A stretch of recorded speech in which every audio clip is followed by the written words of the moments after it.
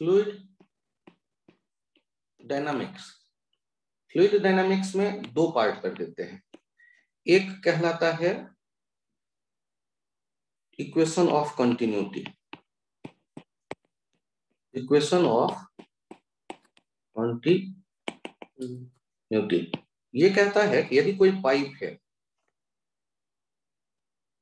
और इससे जो पानी निकल रहा है, ये हम देख रहे हैं कि यहाँ एरिया है A1 और स्पीड है V1, और यहाँ एरिया A2 हो गया और स्पीड हो गया V2। तो मुझे ये बताओ, जो वॉल्यूम का रेट होता है d वॉल्यूम बाई dt, तो वॉल्यूम इनटू डेंसिटी क्या हो जाएगा, मास, dm बाई dt। और ये क्या होना चाहिए, कांस्टेंट, क्योंकि यदि फ्लो है कंटिन्यूअस तो जितना पानी एक तरफ से इंटर करेगा दूसरा तो दूसरी तरफ से उतना ही पर यूनिट टाइम निकलना चाहिए। यदि नहीं निकलेगा तो मॉलिक्यूल के बैठने की व्यवस्था चाहिए, मतलब फिर वो फ्लो नहीं रह जाएगा कंटिन्यूअस वाला। तो हम क्या लिखेंगे, ये वॉल्यूम जो होता है ये डी वॉल्यूम बाई dt, ये आता है ये a into v1 dt into rho by dt, a v2 dt rho by dt। तो ये हम लोगों के पास आ जाता है कि ये a1 a2 है तो उसको कट नहीं कर सकते, रो कट जाएगा। तो हम लोग देख लेते हैं a1 v1 equals to a2 v2। ये कहलाता है, ये जो इक्वेशन है a1 v1 equals to a2 v2, ये कहलाता है equation of continuity. Equation of continuity हो गया a1 v1 equals to a2 v2। किसी बगीचे में पानी दे रहे हो पाइप से, एरिया कम करो वेलोसिटी बढ़ जाएगी। ये यहाँ ये ध्यान रखते हैं कि this is based on, this is based on conservation of mass, conservation of mass, ठीक है। और दूसरा कहलाता है बर्नौलीज इक्वेशन। Bernoulli's equation. अब बर्नौलीज इक्वेशन की कहानी क्या है कि यदि हम देखते हैं कि किसी जगह हाइट भी बदला और पाइप का एरिया भी बदला, हाइट भी बदला और एरिया भी, तो यहां गौर करो कि स्पीड एक रेफरेंस लेवल, कोई ये रेफरेंस, यहां जो इसका हाइट देखते हैं h1, इस जगह हाइट देख रहे हैं h2, area a2, area a1, speed v1, speed v2, ठीक है। यहां लिक्विड है, इस लिक्विड को आप फ्लो करते देख रहे हो, इस लिक्विड को जब फ्लो करते देख रहे हो आप, तो फ्लो करते देख रहे हो तो यहां से इसको P1 इंटू A1 प्रेस करने वाला फोर्स बनेगा या नहीं। और यहाँ यदि लिक्विड ऊपर भी मौजूद है, ये तुम्हारा ग्रीन वाला सिस्टम है, तो बाहर जो प्रेशर होगा वो रोकने की कोशिश करेगा, P2 इंटू A2, बाहर जो भी प्रेशर है लिक्विड के फ्लो में। तो हम इसे सिस्टम कह रहे हैं, यहां से यहां तक जो ग्रीन वाला है ना, ये सिस्टम माना। तो सिस्टम पे हम थ्योरम अप्लाई करते हैं, वर्क काइनेटिक एनर्जी थ्योरम। तो v1 स्पीड से dt टाइम में जो यहाँ डिस्प्लेसमेंट होगा डेल्टा S1, वो क्या हो जाएगा, v1 डेल्टा t, और यहाँ जो डिस्प्लेसमेंट होगा S2 dt टाइम में, वो होगा v2 डेल्टा t। अब हम थ्योरम अप्लाई कर रहे हैं by work kinetic energy theorem, किस पे, for the fusion system of liquid, ठीक है। अब यहां जो वर्क डन होगा, ध्यान से देखना, work done by gravity, work done by P1, work done by P2, equals to delta K. ठीक है। yes. अब ये वर्क डन ग्रेविटी का देखते हैं तो ये क्या हो जाता है,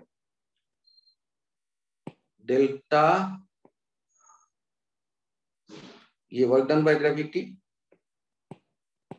इसको लेफ्ट साइड से राइट साइड लेते जाएंगे, work done bye P1A, P1A1 minus P2A2, ध्यान देना आगे ये फाइनल माइनस के initial plus minus of work done by gravity. Work done by gravity negative जब होगा, negative of work done by conservative force, तो वो डेल्टा यू कहलाता है। याद करते हैं, डेल्टा यू याद आता है, delta U, you final minus you initial, और यहां पर कितना आ रहा है, P1A1 वर्क डन थोड़े ना होगा, ये तो फोर्स है, इसके साथ कौन मल्टीप्लाई होगा, S1, इसके साथ कौन होगा, S2, तो P1A1 V1 delta T minus P2A2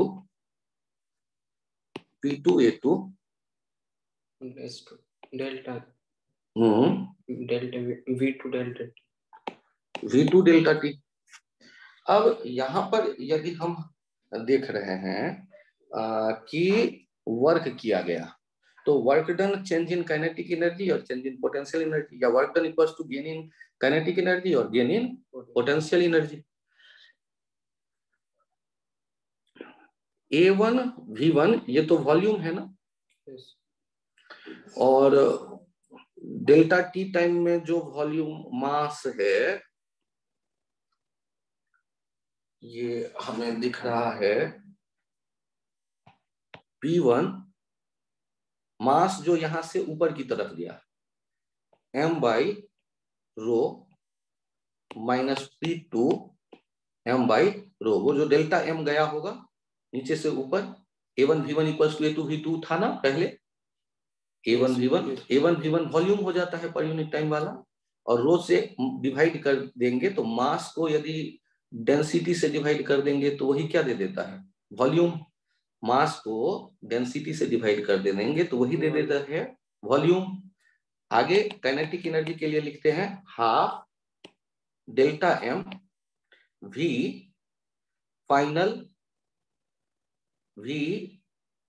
final square minus half delta m v initial square, और ये final potential energy delta m g h final minus delta m g h initial. अब यदि 1 2 कह लें इनको, जो दो जगहों का 1 और 2 वाला आइडिया है, तो 1 और 2 यदि कह लें तो ये क्या हो जाएगा, V2 स्क्वायर, ये V1 स्क्वायर, प्लस में आ रहा है mg h2 h1। अब डेल्टा 1 गायब हो जाएगा, रो से मल्टीप्लाई चाहो तो कर दो, तो हमें क्या मिल जाएगा, P1 minus P2 equals to half rho V2 square minus half rho V1 square plus rho g H2 minus rho g H1। अब इनको मैं अगले पेज पे देखूं तो ऐसे लिख सकता हूं, P1 plus rho g H1 plus half rho V1 square equals to P2 plus rho g H2 plus half rho V2 square. ये हो गया रिलेशन, ये इसे कह देते हैं P plus half rho g H, P plus rho g H plus half rho v square equals to constant, और ये इक्वेशन कहता है, ये Bernoulli equation, Bernoulli's equation. It is based on conservation of mass energy. It is based on conservation of energy. Conservation of energy. It is based on conservation of energy. If यहाँ ये ध्यान रखिएगा, if 2 points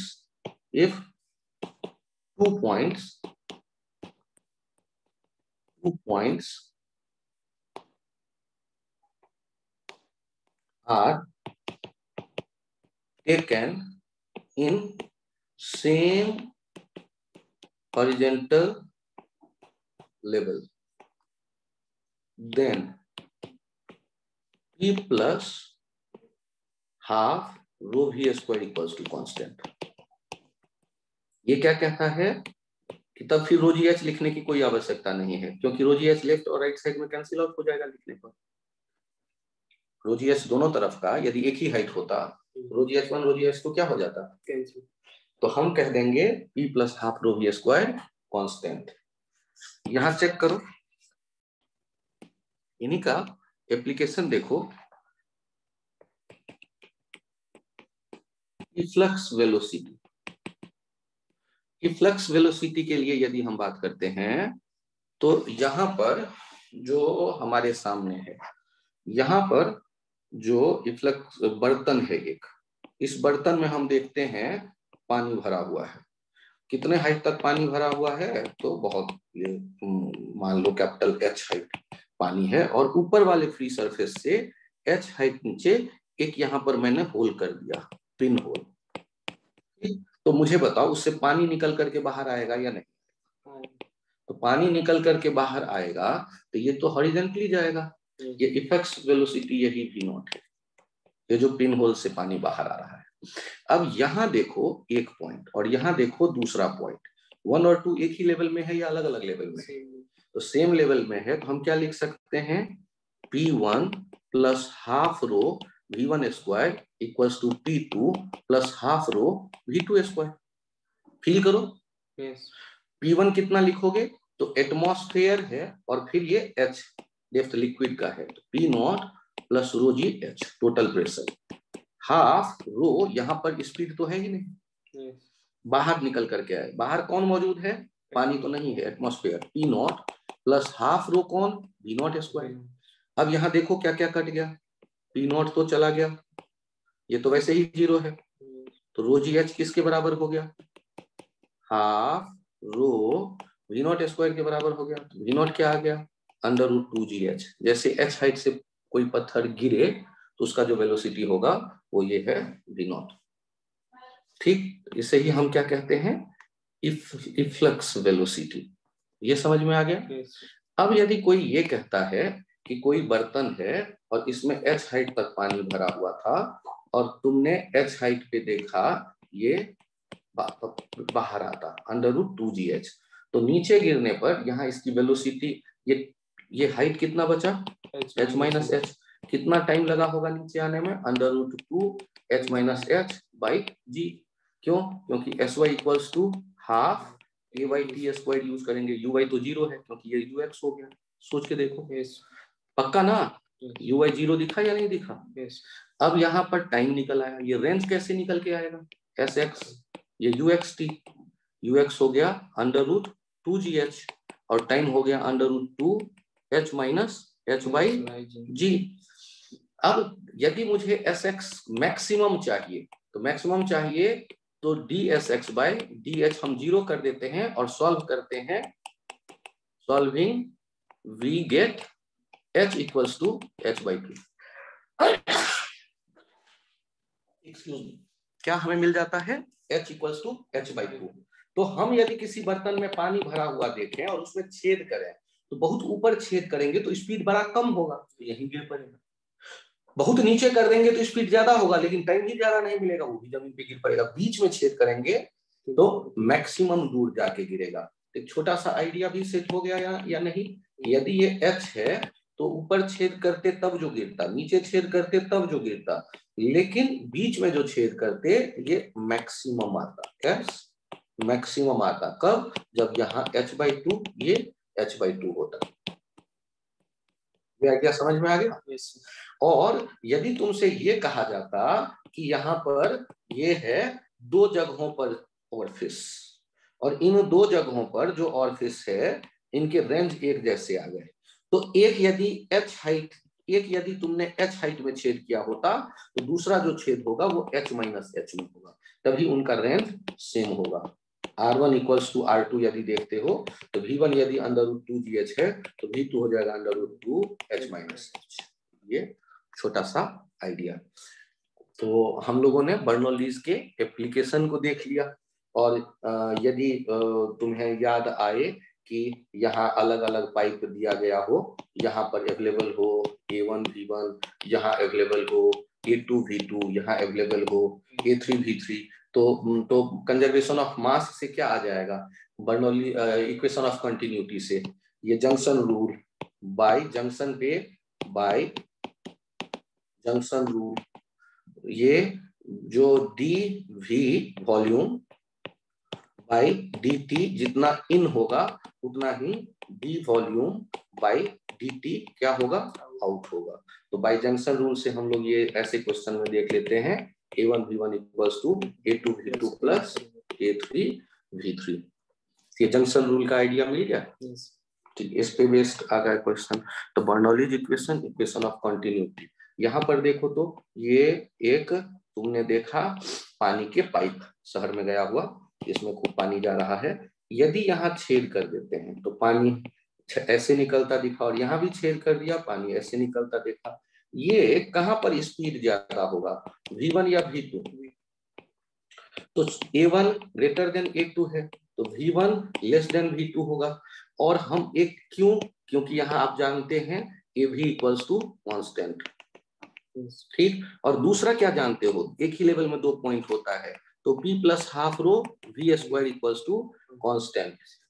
हाँ बैठो, P plus half rho V square equals to constant. तो हमारे पास क्या आ जाने वाला है, ये ध्यान से देखो, जहां भी ज्यादा है वहां का प्रेशर क्या हो जाएगा, कम। तो P1 इज यहाँ V2 ज्यादा है वहां प्रेशर कम होगा, P1 is greater than V2। ये जो लिक्विड का हाइट आएगा ना, हाइट, तो H1 is greater than H2 आ जाएगा। ये एनालिसिस करने का एक तरीका है, ठीक है।